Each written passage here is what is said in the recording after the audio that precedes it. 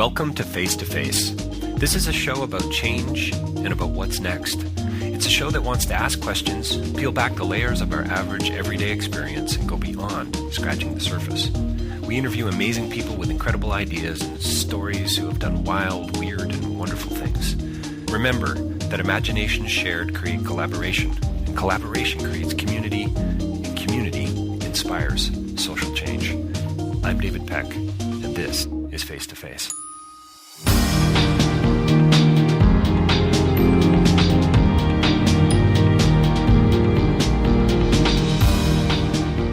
My interview today is with David Melia. He's the president and CEO and founder of a new, well, not that new, I suppose, but a new approach, let's say, of an organization, of a company called Kaajenga. And it's really about the idea of creating and constructing and building. And he's going to unpack that for us. We talk about entrepreneurship and some of those definitions. We talk about education and the school system and about a new model for learning and how and why it's so important that students need to be engaged. We talk a little bit about some of the characteristics of what might make up a great or a brilliant entrepreneur, and how we've got to kind of turn that thinking on its head, and about education and how it needs to be more relational, and why a teacher needs to be a little bit more of a facilitator and look less at the whole process from a top-down perspective, but maybe bottom-up. But what's really interesting is there's a lot going on in this conversation. I think you're going to take away a fair bit, and I think it's going to raise a whole lot more questions, about, English is my first language, just so you know, but it's going to raise questions about what's next. Where are we heading with digital platforms and learning and so on? So please stay tuned. DavidPeckLive.com for more podcasts. You can get access to my new book, Real Change is Incremental, and find out a little bit more about what I do when I'm hired as a professional speaker for events. David Melia is about to join us. Stay tuned. Well, welcome to Face to Face. We're joined by a very special guest today. I'm excited about what's about to happen. I think we've got a really cool, interesting, fun, engaging conversation ahead of us. David Melia is here with us today. David, thank you for joining us today. Thank you, David. It's great to be here. He's the president and CEO of Kaajenga Incorporated. I hope I already have everyone's attention. It's you know what, I'm going to let David, why don't you tell us what it is? You're a hard guy in a sense to nail down, because you got a little bit of everything going on, it seems to me, in your life. It's true. Yeah, absolutely. Yeah. And in Kaajenga, I mean, it's Swahili for create, construct, and build.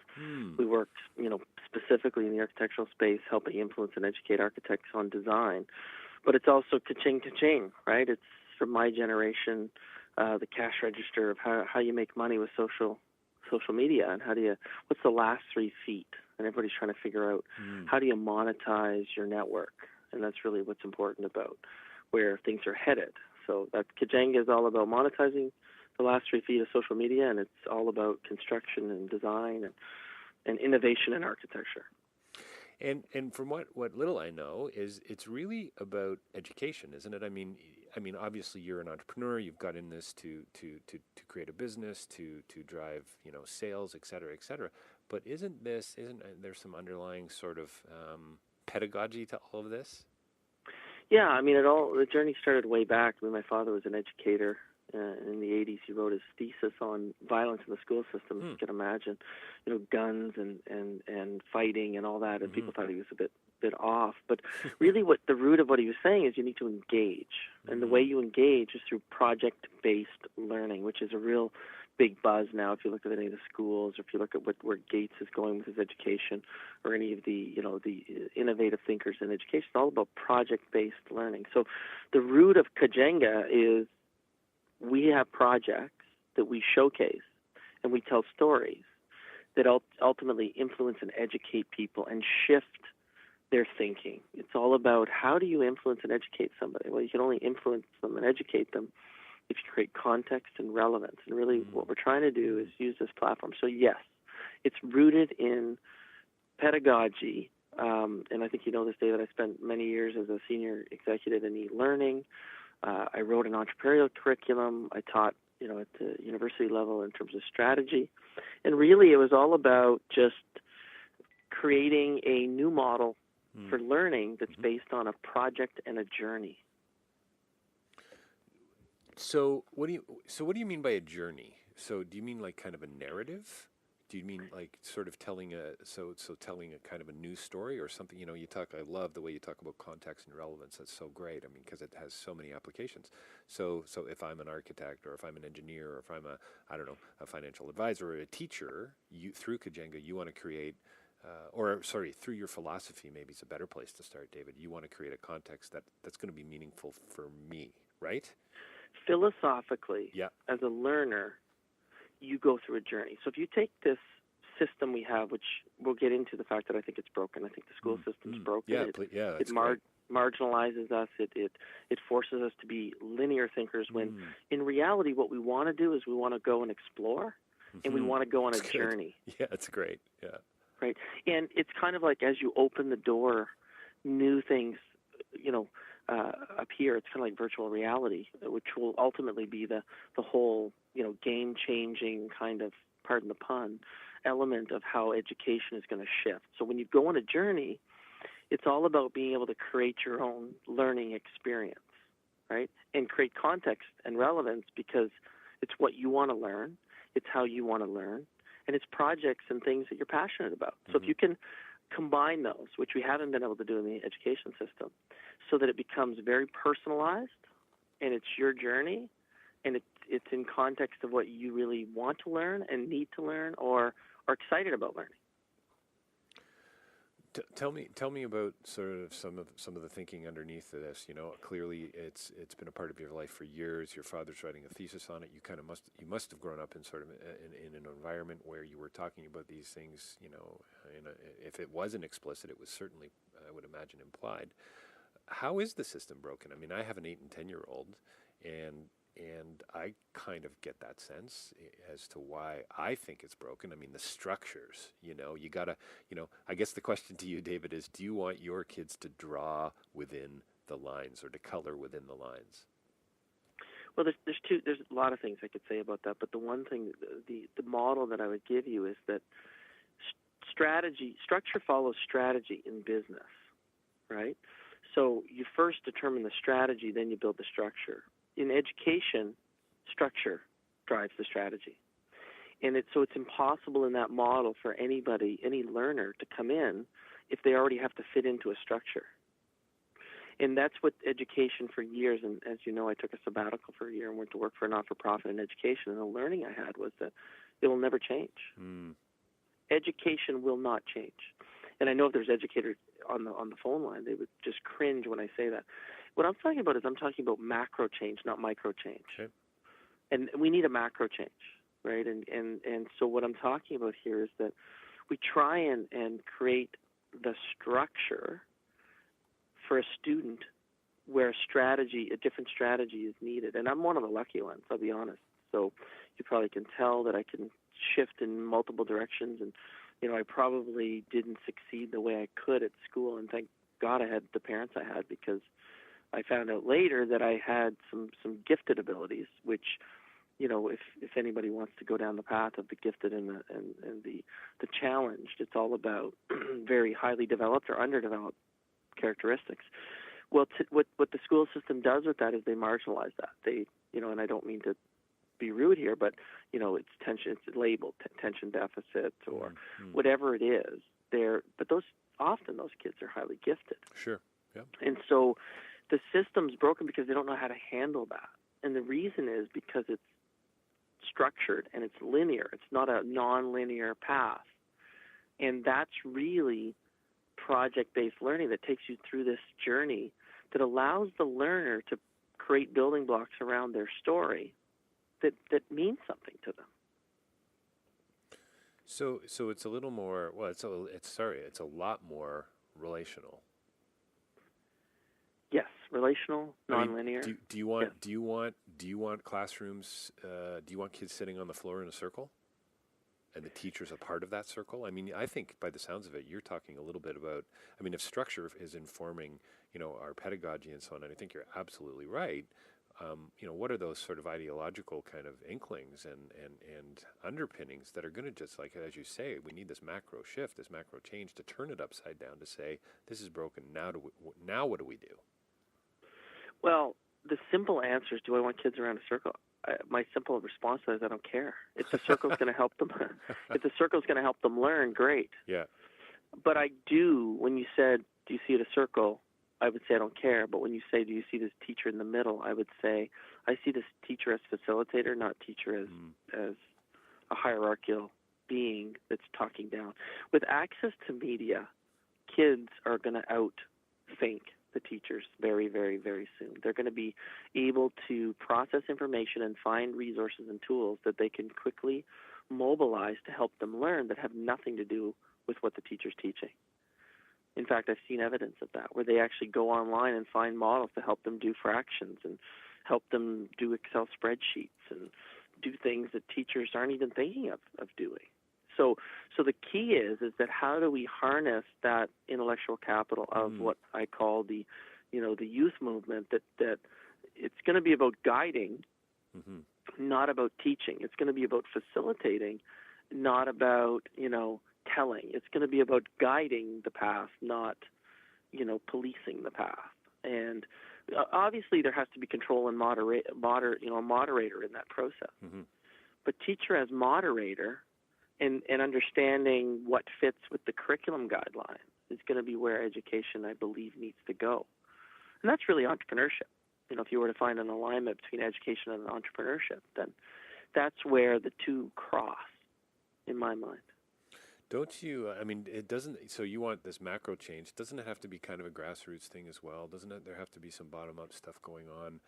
Isn't that what entrepreneurship really is? That grassroots kind of thinking that's going to say, okay, we're going to harness this, as you say, this intellectual capital of youth, because my guess is a lot of teachers actually would be afraid of that. They will, until they understand that it's not their job to teach, it's their job to facilitate. Right. It's their job to find and guide the process, not be the process, right? I think teachers take on quite a heavy weight, and they're probably some of the hardest working people I've ever met, right? Because they work at night and they mark and they're on, 12, 18 hours a day. And I witnessed it. That was what my father did. But, and he was teaching, part of my thinking is framed by the fact that he taught grade 7, 8, and 9 in one classroom. Wow. And he did that. He taught children with learning disabilities and attitude issues, right? So he was in the special needs, the hard to handle, and, highly gifted. Right. That was his sort, and it was across 3 grade levels. So what he did was he became facilitator in that journey. And he didn't really care whether students were talking or writing about things that may or may not be appropriate. And I'll lay that out that way. He didn't care about the subject matter. He cared about the fact that they were writing something, right? And he guided that process, and he found alignments of ways in which he could motivate these students to engage in a process of writing, and that really framed my thinking. And he did it for 10 years, right? This used to be the class that teachers would rotate once a year, and then he got into it and thought, you know what, I want to do this, and became a pioneer in that whole theory of multiple path learning and project-based. David, are you talking a little bit more here about just kind of the idea of mentoring almost? So facilitator, maybe in the middle, but you better be kind of engaging. You better be listening. Not just talking down to your students. I love the way classrooms are set up, right? They're tiered, typically in a university setting anyway, to lead all the lines of sight and are all towards the person at the front. They're the expert. We're set up architecturally. This should resonate with you. What are the implications of that, right? So not a mentorship. The guy at the front or the woman at the front they're the experts. Geez, I better listen, right? And so how does that set us up in a, anti-relational sort of way to lose, if I can use that kind of language? Well, mentor talks to the fact that the person is an expert in their field, right? So if there's mentorship or apprenticeship, it's learning from the master, right? So I'm not sure that fits here, David, just because if I'm mentoring someone on entrepreneurship, I better know my thing about entrepreneurship. If I'm mentoring some about, being a seamstress, I better be a master seamstress. Sure. So what I see here is that it's more facilitator and guide, and someone who will actually fuel the. I see it more as a coach than a mentor. Mm-hmm. So you're coaching people to find their stride, to play to their strengths, to find their passion. Sure. Yep. And if it can be project based, and it's funny because the root of project based learning is entrepreneurship. Right? It's the truest example of where someone goes in a project, they want to start a business. They typically want to start a business that they love or they're interested in, or they have a really high level of motivation to do that project. And that's in the school system now, right? Project-based learning for entrepreneurship is becoming part of what some of the curriculum is becoming. So that's the best example of how it started. And it's really interesting because a lot of entrepreneurs are considered to be outcasts or different or somewhat unique, if you will, in their makeup. So they are gravitating to entrepreneurship because it provides them the freedom to be the master of their own destiny. You and I talked about this in a previous conversation. I don't know if we want to go there, but the characteristics that make up an entrepreneur, I think, are absolutely wrong. Those characteristics are only the characteristics of someone who can actually persevere and is highly motivated. Those entrepreneurs are the ones that had the gumption to actually go there, to go where someone wouldn't for fear or lack of motivation. So, backing up, I don't see it as a mentorship. I see it as a facilitator. I see them fueling the content. When we talk about user-generated content, we talk about student-driven objectives, the model of parent, teacher, adult. What I'm talking about here fundamentally is a teacher getting into an adult relationship with a grade 1 student instead of being the parent talking down to the child. To the kids, yeah. Bring the equality of the relationship and understand very quickly as children move to 10 and 12 and 14 and 18 that they may surpass you in their capacity because of access to information, God-given aptitude, but that we haven't got there yet. There's no teachers that would think that a student could outperform them. So David, I've been teaching in a postgraduate environment for close to 10 years now, and I would say that these are, obviously younger students, certainly younger than me, way more savvy digital. I am the digital village idiot. If you put me side by side, most of these, but they, and I try to take this kind of, I would say, project-based approach, appreciative inquiry, interactive. I try to break down those walls. And I can't put a number on it right now, but I'm going to go 60% of the room actually pushes back. And I wonder to what degree that's just a symptom of a far greater problem, right? And back to your point, I think, which is incredibly insightful, we need this shakeup. We need a macro change. Yeah, there's no question. I mean, Bill Gates sees this. He's invested a lot of money in inner city schools, and the theory behind it is that any child given any kind of path to success will succeed, and he's just marginalizing education to the point where it's open and accessible to everyone. That's his vision. Yep. And that the innovators will rise to the top no matter what their status or what family they're born into. And so you said pushback. I think what's happening here, that the thing I don't like about the pushback model is that it's rebellious. Mm-hmm. I think we need to fuel that passion of try to outperform the teacher in a fact-based, evidence-based way, not in again, I'm going to prove you wrong. So in an unbalanced relationship, right, which is power and control versus I'm here I'm getting nourishment from you. Right. I'm giving you nourishment, and today we're in an adult relationship that's productive, not dysfunctional. Well, way more relational, way more respectful, way more of a it's a two-way. I mean, I think that's where my question about mentorship came from, because it does seem to me to be, there's more humility there, I think. Right, for sure. Yeah. The only thing I find challenging with mentorship is that it does assume that someone has an imbalance over the other person because they have more. So when I use the coach analogy in sports, particularly professional sports, oftentimes people who are coaches have actually played the sport and are respected for it. I mean, there's only a couple in the NHL right now that are have never played the sport but are masters of the sport. So you gain a certain credibility when you actually got that. Sure. You can relate to the person because you've sort of, you've got that, credibility. Is project-based learning, can you sort of define it, maybe you can't define it simply, but can you say it's really about discovery, exploration, your Kaajenga, create, construct, build in an environment that's hands-on? Is that a good way to describe it?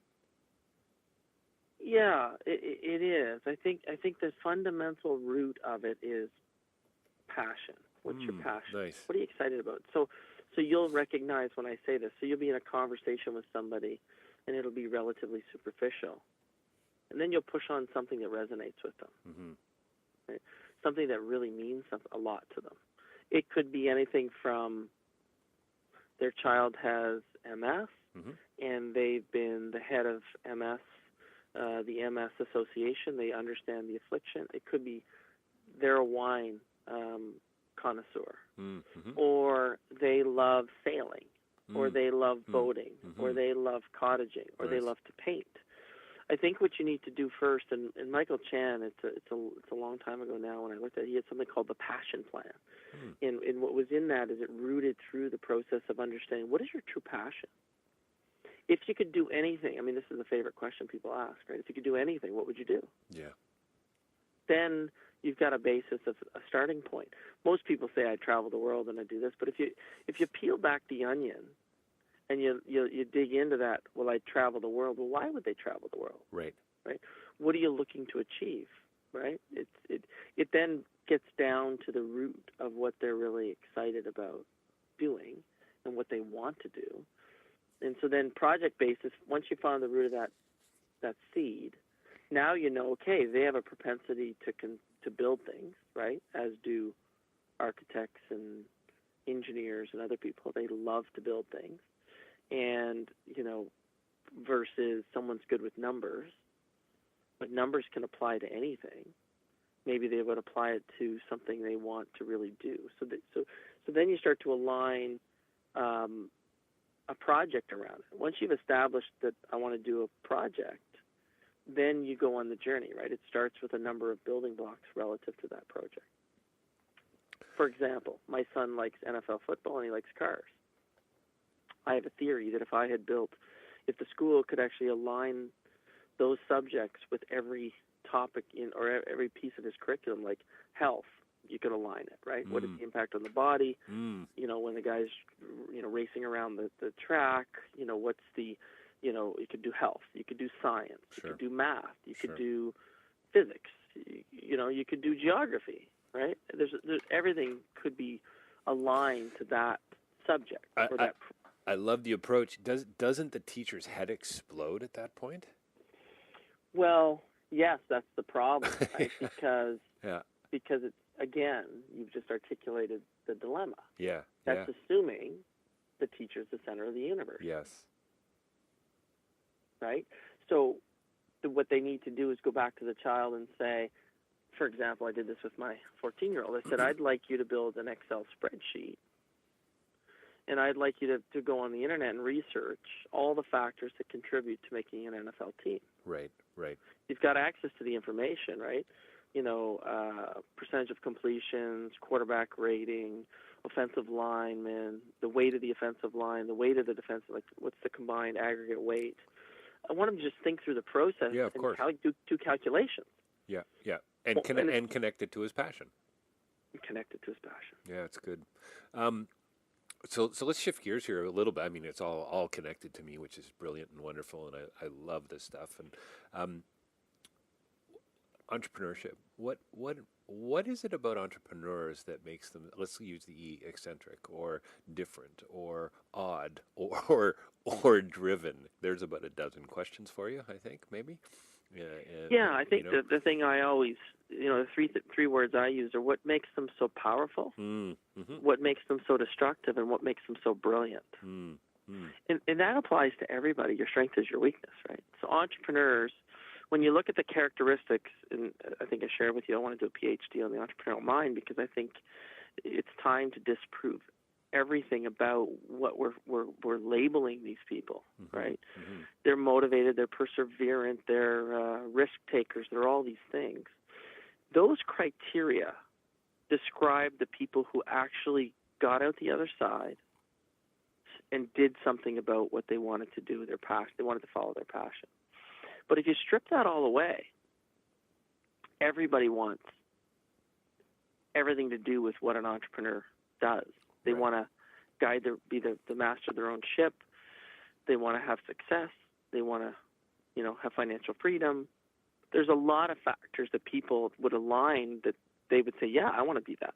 Sure. But I'm not a risk taker, and I'm not motivated the way entrepreneurs are, and I don't want to work 60 hours a week or 100 hours a week or whatever it is. Whatever it is, yeah.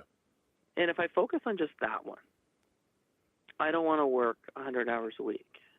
Well, I can tell you that if you found something that they were passionate about, they'd work 500 hours a week because they'd want to do it all the time. That's right. Right? Yeah. The problem is that they're not doing what they want to do. They're doing what they think they have to do or what the world has told them they should do. And I had this interesting discussion with a principal once about entrepreneurship, and it kind of went like this. He said, I really love this entrepreneurship program because we live in a little bit of a, underprivileged community, and most of the people here are not going to, make anything of their life. They're going to become entrepreneurs. He literally verbalized that to me. He said they're blue collars, they're going to be the plumbers and the carpenters and other people who, are going to need to know how to be an entrepreneur because, they got to manage their money and do all that stuff. They're never going to be a doctor or a lawyer or an engineer or anything. And I thought to myself, wow, right? What a point to make. The other thing that I almost felt like saying to him, and I know this firsthand, is our doctors should be good entrepreneurs, but they're not. Most of them mismanage their finances, don't run successful businesses, don't know how to, and make average $80,000 a year or less, because they don't know how to staff, run a practice, buy a building, right? And then if you transpose that to our hospitals, right, and I have some firsthand working with hospitals, imagine if they knew how to run a business and were, financially conscious. And when I say financially conscious, I'm talking about from the nurse through to the people, the doctors, and everybody. They would understand the mechanics of entrepreneurship. So, what I could take it to accountants who are pretty good at entrepreneurship because they know the numbers, but you could take it to engineering firms, architects. The ones that are successful, most of them have a good business acumen that they've already picked up or they're working on. So I believe those skills and those traits, one of the things is create a project around what they're going to be and then let them become entrepreneurs. So I think there's a couple of factors and characteristics that make up an entrepreneur. But I think my theory is that it's the combination of certain factors when they align like a combination lock that allow the lock to open and people to walk in and be that entrepreneur. And David, are these, in your mind, are these factors that can be worked on, that you can mentor somebody on, or that you can learn from a book or from a video or from the internet, or is this a gifting? It's kind of that's going to be up to the people to look at the brain and figure that out. But I think one of the things that may not be able to be learned is risk-taking, the propensity to be able to be okay when you're not okay, to be able to put it all on the line and just roll the dice, right? That combined with, calculated risk-taking, I think many of the traits can be learned, right? I think the best answer I could give to that is I think we have to fuel that at a young age on how do you manage something. It's not what you do, it's how you do it. How do you manage either your feelings of doubt and anxiety? How do you build tools to mitigate that? Which if we want to go into psychology, that's what they do, right? They're coping mechanisms. So I guess the quick answer is I think all of them can be managed and worked with, and tools can be put in place that foster that. The problem is that we don't fuel that at an early age. In fact, we do the opposite when you're in the school system, right? If you come in and you want to go off and be your own person, that gets very quickly eliminated, right? You can't really, in some of the traditional settings of education, you're put in a box and this is the box you play in, right? To keep order, right? Which is, it was great when the school system when it was first founded was great at creating order and creating structure. Problem is it's lost that. I mean, can I infer that you're going to say next that it's squashed entrepreneurship? It's squashed creativity and so on. We have fewer artists in the West today as a result of it. Well, look, I think most people, if you talk to them, I mean, the simple answer is yes, because if you talk to people and you say to them, "What would you do if you could do anything in the world?" and they're not doing it, then isn't that sort of a sad state that people aren't really doing what they want to be doing because they're not passionate about, working and doing and being in something that they want to be in? Well, it's the grind, isn't it? Yeah. That's what we've come to learn, right? You don't. Sometimes you got to do things you don't like, and as true as that might be, in family life and community life and so on, there's a lot of untruth in it as well. It's a bit of a lie, frankly, in my opinion. Well, and that's not to say people don't want to do that. People don't have to do what they don't want to do, because I think in life you have to mechanically do certain things in order to get out the other side. And I always tell my kids this story, right? So you wake up and you don't want to go to school, but you go to school because that's part of the process. Yep. And then you get to school and you have one of the best days you've ever had. I mean, I ask my kids this. They come home cheering because they had a great day. Wow, it's such a great day. We did this. Yeah. And I just remind them, I said, well, do you remember you didn't want to go? Yeah, yeah. Right. In process, in motion, things happen, right? You can't turn the corner if you're not driving the bike. So you got to go. Right. No, the idea of what changes along the way. I mean, I continue to talk about this it's been a theme for the last 7 or 8 interviews I've done. But this idea of Kierkegaard's idea that you only live your life by moving into it and understand it by looking back. And I think that is beautifully put about this idea of being in motion. Things change, and you're only going to get sense for it as you got to get out of bed, got to have the shower, got to go to school. And look how many times you've proven that idea sort of wrong, right? And it's a beautiful existential and philosophical approach to something as almost what's the word I'm looking for? Dry as project-based learning. Yeah, and I'm not talking about a free-for-all. I'm talking because when I talk about entrepreneurship, and I've done a lot of work in entrepreneurship, one of the things that I try to get entrepreneurs to do when I'm working with them is to focus, to verticalize, right? Create a focus, verticalize focus. And now we're living it with the architectural piece. But stay focused on a vertical. Don't get too scattered, right? Some of the things that entrepreneurs have developed, which is one of the bad traits that I think entrepreneurs have developed, is that they always chase the shiny penny, and that's because they've never been allowed to follow that one penny through to the end, because people are trying to always throw bullets at them, right? That's get them off and throw curveballs at them. That's good. So that's kind of, I think being focused from an entrepreneurial perspective, but being passionate about that focus and aligning that to that. So do you have a chart? Do you have some writing on this of these traits that the entrepreneur has that you I haven't got there yet.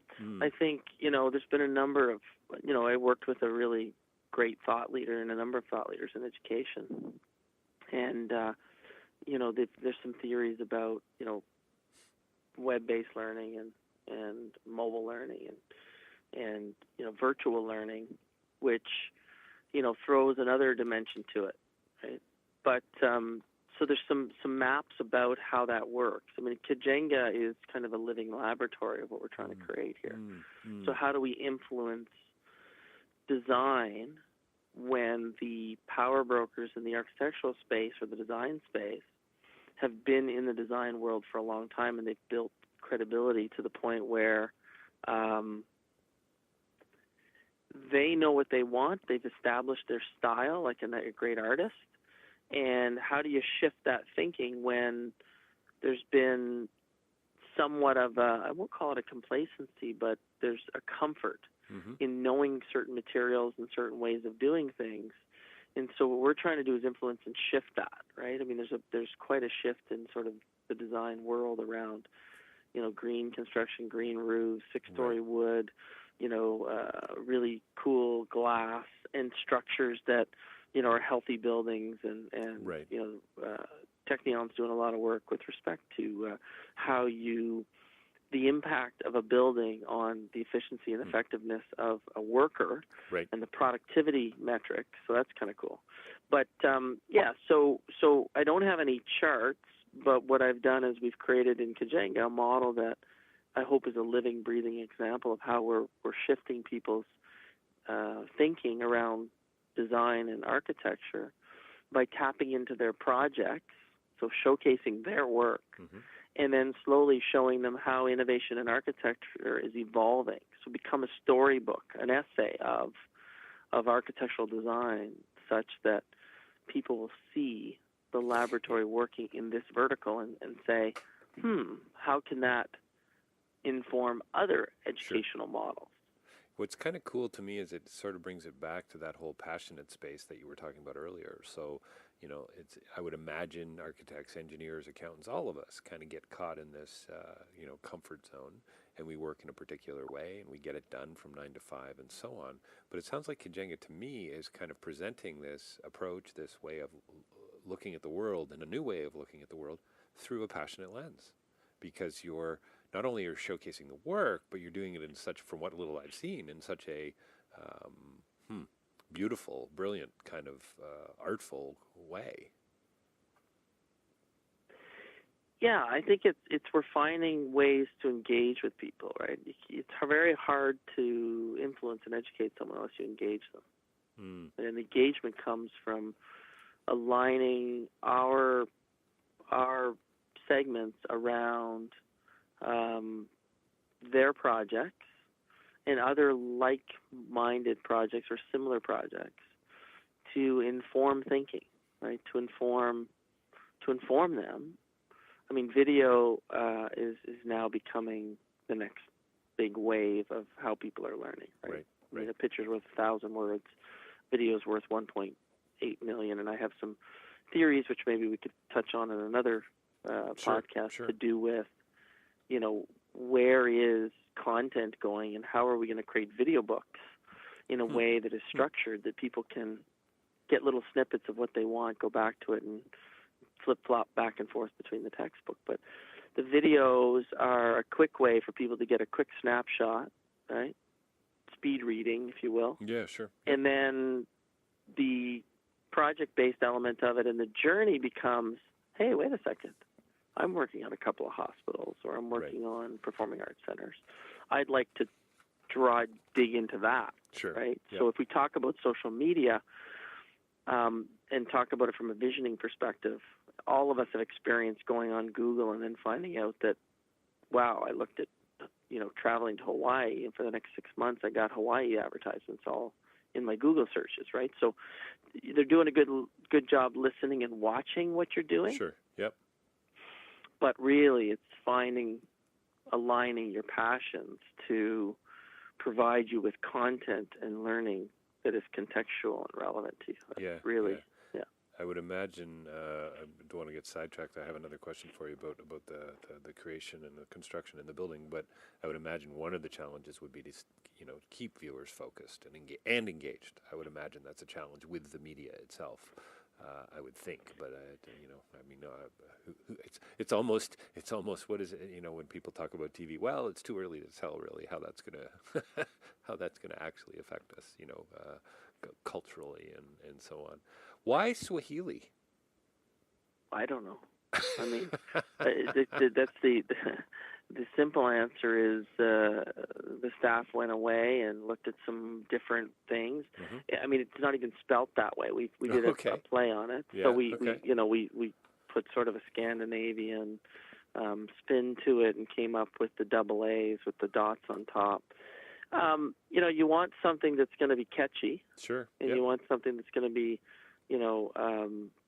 easily branded and so, create, construct, and build. It was a hidden thing that we're talking about the architects. It's a good story for the architects. But it's not going to limit us as we move to other verticals and use the platform to influence other folks in the world related to hundreds of different topics and passions. So. Well, listen, David, thanks a lot for your time today. I really appreciate it. David Melia, President and CEO of Kaajenga Incorporated, and I think clearly we've got to have a part 2 at some point down the road. But we've certainly covered a lot of ground and pretty interesting stuff. So thanks again for your time today. Yeah, thanks for having me. Appreciate it.